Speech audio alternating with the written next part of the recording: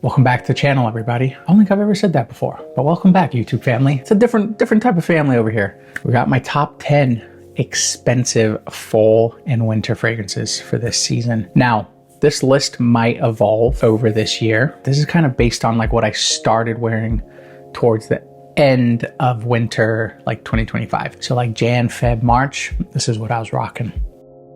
All right. Here we go. At the number 10 spot, got Parfums de Marly Althaïr. One of the most gorgeous, strong vanilla praline scents that I've ever smelt. Compliment magnet, performance machine. It will go working 6 to 7 hours, skin scent for over 10. It's lovely, but I have noticed it's pretty divisive. The opening can be a bit rough for people. The dry down on Althaïr is what really shines. Beautiful fragrance. Okay, at the number 9 spot, got Henry Jacques Blue Vanille. Now, probably the most expensive fragrance in my collection. I'm not even gonna say it because it's just kind of embarrassing that I spent that money on that. Very expensive fragrance. It is stunning. The funny part is it kind of smells like tuxedo. So if you've ever smelled tuxedo, it's a rough picture of what this smells like, but tuxedo vanilla. So if tuxedo ever had a vanilla flanker, that's what this would smell like, done to absolute perfection. It smells absolutely gorgeous. I've only worn it a few times because I don't know, it just doesn't feel right spraying that fragrance ever, but it's absolutely beautiful. At the number 8 spot, one of my favorite private line fragrances ever, Ombre Nuit by Dior. It smells like honey rose water to me. That's how I always describe it to people. So you just picture like beautiful spring water, mix in thick honey and some really nice rose. That's what it smells like to me. It's an okay performer, compliment machine. I'd say unisex, maybe leans a little feminine, but it's beautiful. It's absolutely beautiful. Funniest part about this is I've kind of stopped wearing it because I wore this to my parents' house the one time and my dad hit me with, "Oh wow, you smell like a beautiful, really nice curry." It's like, okay, it's not the worst thing in the world. I don't know if that's what I want to smell like from my private line fragrance. But anyways, yeah. Okay, at the number 7 spot is Parfums de Marly Herod. One of the most gorgeous vanilla tobacco fragrances that I've ever smelt. Only problem with this fragrance is the performance. It's too soft in the category that it slots into. When you think of tobacco vanilla, cooler seasons, I need a thumper, and it's just not Herod.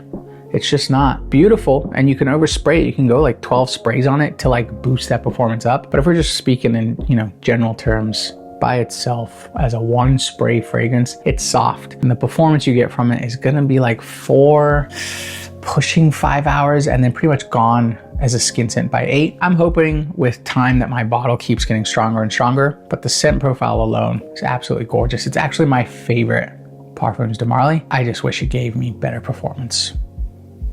All right, at the number 6 spot, we got Queening from Mind Games.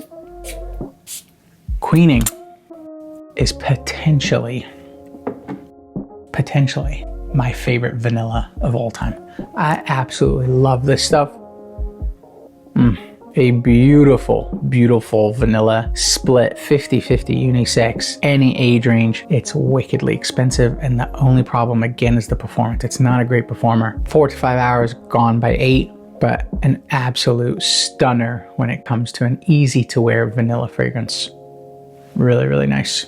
Okay, at that number 5 spot, fairly new to my collection, Outlands by Amouage. For me, the best incense fragrance that I have ever smelled / owned, and that's coming from someone who does not like incense at all. If I see it in a fragrance, I skip it. If I blind buy a fragrance and I find out it has incense, it throws me off. That's how much I do not like incense in fragrances. But this, my goodness, absolute machine. It's a funny one because I'm not the biggest fan of the scent and the scent profile. But for me, what I truly love is this is one of the few fragrances that every single time I have worn it, people ask me, what are you wearing? You smell amazing. Wow, what is that? That's a great scent on you. So for me, this is one of those like rare fragrances in my collection that I don't enjoy the smell that much. I more so love it for like, it does what a fragrance is supposed to do, which is hopefully garner some nice compliments, you know? And don't get that twisted to where I'm like, no, this doesn't smell good. It's just not my usual type of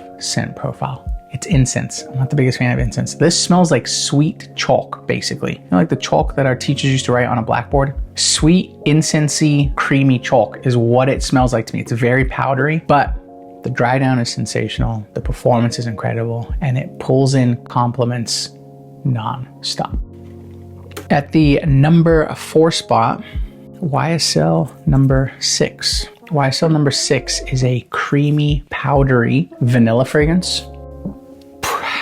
The problem, it would be one.